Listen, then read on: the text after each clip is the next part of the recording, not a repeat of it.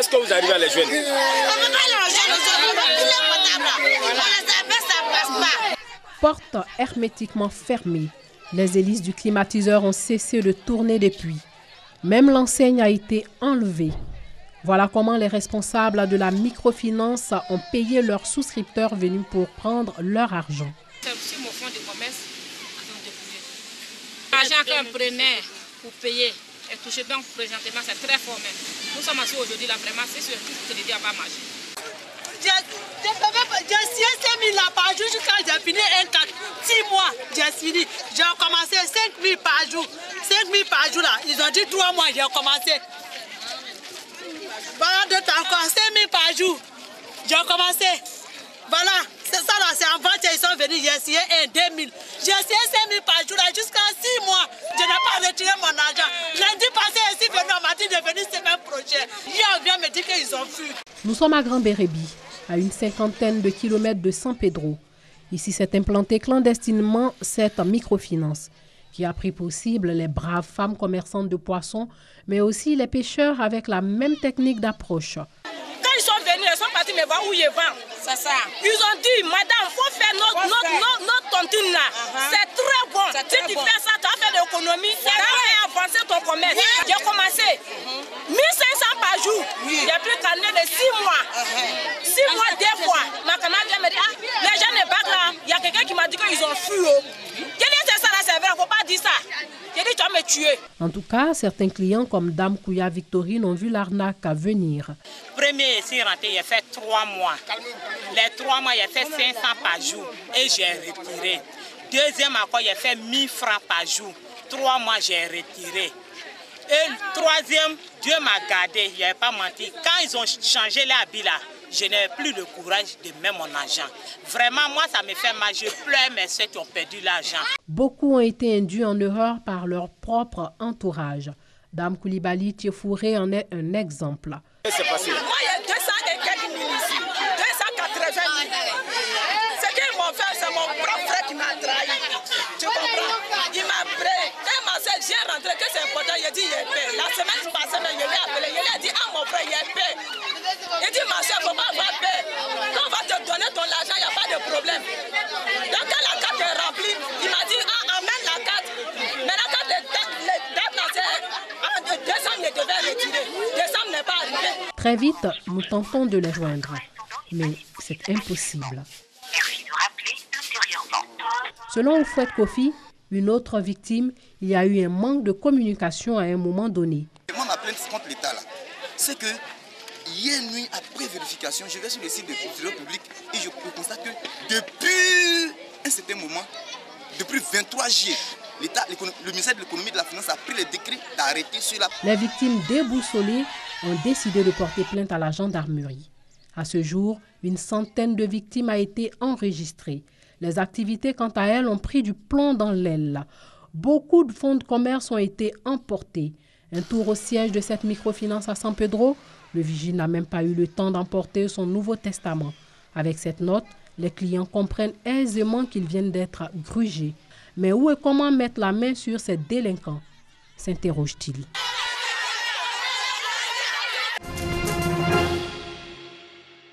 Le ministre de la Communication, de l'Économie numérique et de la Poste, Bruno Nabagné-Koné, dans les locaux du centre émetteur d'Abobo, une visite du dispositif technique de la radiodiffusion télévision ivoirienne RTI à charge du projet pilote préparant le basculement vers la télévision numérique terrestre TNT. Il s'agit donc pour le ministre de nous assurer que le projet pilote qui a été lancé il y a un peu plus d'1 an continue de fonctionner. Apparemment c'est le cas, tous les équipements sont là. Le signal continue d'être transmis dans les meilleures conditions. Donc, de ce point de vue, je voudrais dire ma satisfaction. Prochaine étape donc, les travaux liés au processus de migration. Nous sommes actuellement dans la dernière ligne droite pour démarrer les travaux du projet dans son entièreté. Donc le projet qui va couvrir la totalité du territoire national.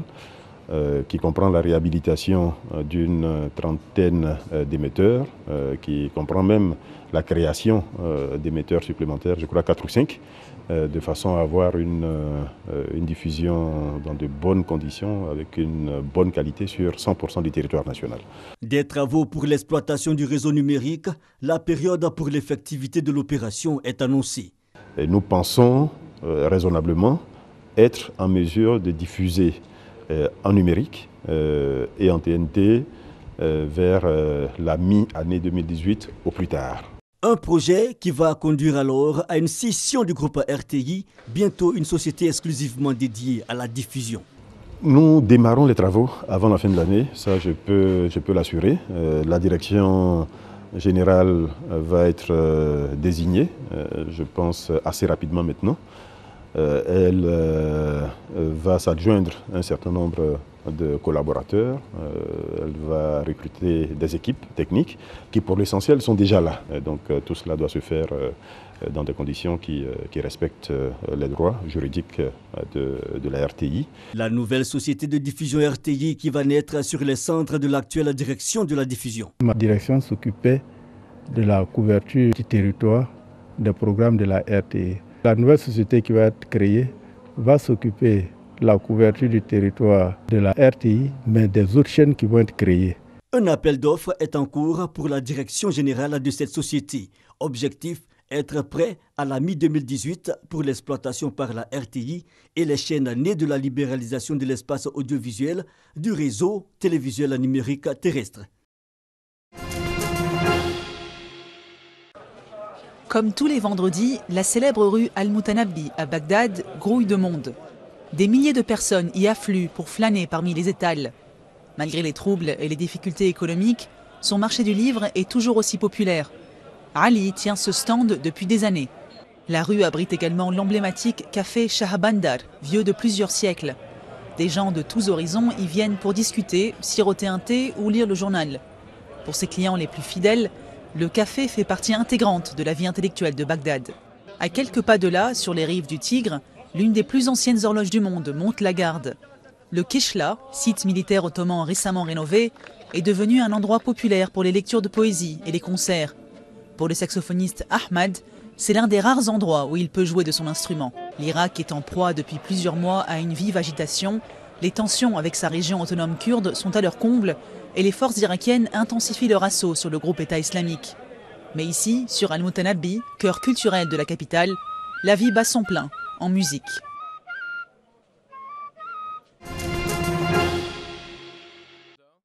Le Rwanda annonce la rupture de ses relations diplomatiques avec Paris et donne 24 heures à l'ambassadeur de France pour quitter Kigali. Nous, au gouvernement, avons décidé de rompre nos relations diplomatiques avec la France. Nous avons ordonné à l'ambassadeur de France de quitter notre pays sous 24 heures et avons accordé aux autres membres de la mission diplomatique un délai de 72 heures pour faire de même. Le ministre des Affaires étrangères a expliqué que les autorités rwandaises vont fermer le centre culturel français à Kigali. À Paris, le ministère des Affaires étrangères a déploré la décision rwandaise qui, selon le Quai d'Orsay, prendra effet le lundi 27 novembre 2006. Auparavant, le gouvernement rwandais avait rappelé en consultation son ambassadeur à Paris à la suite de la mise en cause du président rwandais Paul Kagame et de son entourage par le juge français Jean-Louis Bruguière dans la mort du président Juvenal Habyarimana en 1994.